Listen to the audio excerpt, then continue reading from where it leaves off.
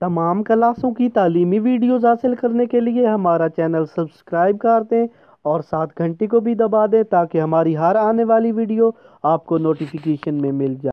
औज़ुबिल्लाहिमिनश्शैतानिर्रजीम बिस्मिल्लाहिर्रहमानिर्रहीम। Dear students, बहन भाइयों, अस्सलामु अलैकुम। हेल्थ एंड फिजिकल एजुकेशन हमारे सामने है और आज हमने करना है पेपर नंबर जो है ये चैप्टर नंबर 14, 14 नंबर निज़ाम तनफ़ुस। तो निज़ाम तनफ़ुस को हमने डिस्कस करना है, ये है 14 नंबर। तो चलिए वीडियो को शुरू करते हैं। हमारे सामने है चैप्टर, इसके हमने करने हैं शॉर्ट क्वेश्चन।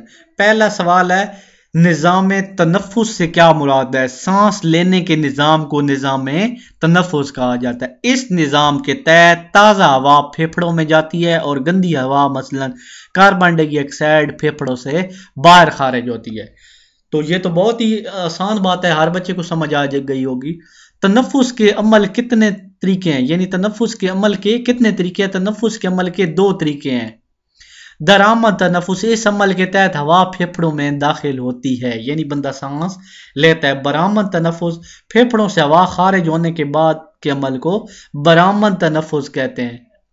नेक्स्ट, ये पहला दरामद है। दरामद यानी फेफड़ों में हवा दाखिल होती है, बरामद यानी फेफड़ों से बाहर होती है। निज़ाम तनफ़ुस में कितने अज़ा काम करते हैं? निज़ाम तनफ़ुस में 8 अज़ा काम करते हैं। नाक काम करती है, सांस लेती है। मुंह, हल्क, आला सौत यानी जिधर से आवाज निकलती है, हवा की नाली, सांस की नाली, फेफड़े और डायाफ्राम। डायाफ्राम फेफड़ों के साथ होता है। ठीक हो गया। नेक्स्ट, नाक के जरिए सांस लेना बेहतर है या मुंह के जरिए? नाक के जरिए सांस लेना बेहतर है, क्योंकि नाक की अंदरूनी सतह पर लुआबदार झिल्ली होती है। इसकी रतूबत में गर्द, गुबार के ज़रात और जरासीम वगैरह अटक जाते हैं। नथनों के इब्तदाई हिस्से में भी बाल होते हैं जो फिल्टर का काम देते हैं। यानी नाक से सांस लेना ज्यादा बेहतर है, क्योंकि नाक में रतूबत होती है, तो सांस जब अंदर जाता है तो जो गंदगी होती है, जरासीम वगैरह, वो उसमें रुक जाते हैं। नेक्स्ट है, हल्क से क्या मुराद है? ये एक कैफ नुमा उज़्व है जिसमें 7 सुराख खुलते हैं।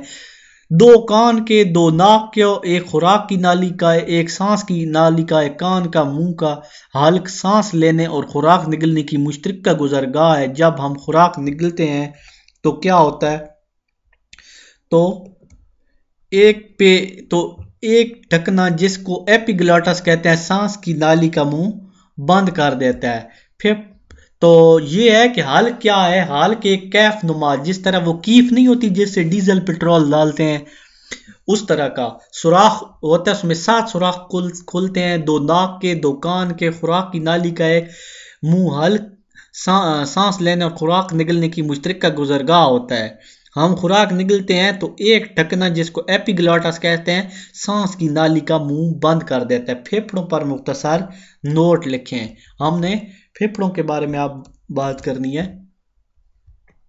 निज़ाम तनफ़ुस में फेफड़े इंतहाई अहमियत के हामिल हैं। ये मखरूती शक्ल के होते हैं और इनकी रंगत अस्फंजी होती है। अस्फंजी, अस्फंजी जिस तरह नरम नहीं होती, ये सोफा सेट की जो होती है फॉर्म, इस टाइप को अस्फंजी कहते हैं। इसके 2 हिस्से होते हैं जो दिल की दोनों जानिब छाती में फैले होते हैं। दायां फेफड़ा 3 लोथड़ों पर, जबकि बायां फेफड़ा है वो 2 लोथड़ों पर मुश्तमिल होता है। यहाँ पर गैसों का तबादला होता है। फेफड़े खून को साफ करने का एक अहम उज़्व है। ठीक है, आपने क्या क्या बताना है?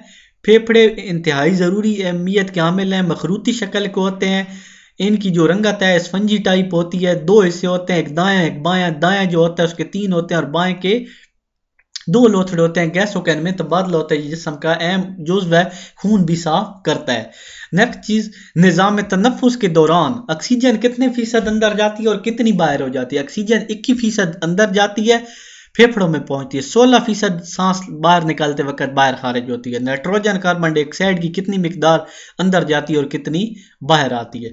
नाइट्रोजन 78% दाखिल होती है जिस्म में, 78% दाखिल होती है, 78% खारिज भी होती है। जबकि कार्बन डाइऑक्साइड जो होती है 4% दाखिल होती है और 4.4% खारिज होती है, यानी थोड़ी सी ज्यादा खारिज होती है। आला सौत पर मुख्तसर नोट लिखें। ये तिकोनी शक्ल काला है, 3 कोनों वाला, उजलात और करी हड्डी से बना होता है, यानी सख्त हड्डी से। ये सांस की नाली के आगाज पर वाक़ होता है, ये गर्दन के नीचे होता है बिल्कुल। इसकी लंबाई मर्दों में 44 सेंटीमीटर और औरतों में 45 सेंटीमीटर। इसको आवाज का संदूकचा भी कहते हैं। हवा की नाली पे मुख्तसर नोट लिखें। आला सोत जो भी मैं जिक्र किया है, नीचे की तरफ से हवा की नाली से मिला होता है। इसकी अंदरूनी सतह लाभदार झिल्ली से बनी होती है, जिस पर बहुत बारीक बर होते हैं, छोटे छोटे निशान से होते हैं। ये बोर ऊपर की तरफ हरकत करते हैं और थूक और बलगम को निकालते हैं, यानी इन पे छोटे छोटे जंप टाइप के होते हैं। जब वो थोड़ा ऊपर होते हैं तो वो बगलम और थूक वगैरह को बाहर निकालने में मदद देते हैं। लहसूत की बात हो गई। डायाफ्राम पर मुख्तसर नोट लिखे। डायाफ्राम लंबे रेशों से बनी हुई उजलाती झिल्ली है जो पेट के जोफ और जोफे सीना को अलग करती है। जो वो झिल्ली है जो पेट के जोफ और जोफे सीना को अलग करते हैं। जोफ कहते हैं सुराख टाइप जगह को, ठीक हो गया, जिसमें डायाफ्राम सिकुड़ता है तो जो होता है सीना बढ़ जाता है, जिससे फेफड़ों के अंदर हवा का दबाव कम हो जाता है। इस दबाव को पूरा करने के लिए बाहर से हवा अंदर आती है, इसको सांस लेने का अमल कहते हैं। तो आपको ये समझ नहीं आई होगी। डायाफ्राम पर नोट लिखें। डायाफ्राम एक लंबे लंबे रेशों से बनी हुई उजलाती झिल्ली है, यानी नरम नरम गोश्त से बनी हुई झिल्ली है। पेट के जो जोफ हैं और मुंह सीना को अलग करते हैं, यानी पेट के जो सुराख है और मुंह का सुराख सीने को अलग करते हैं।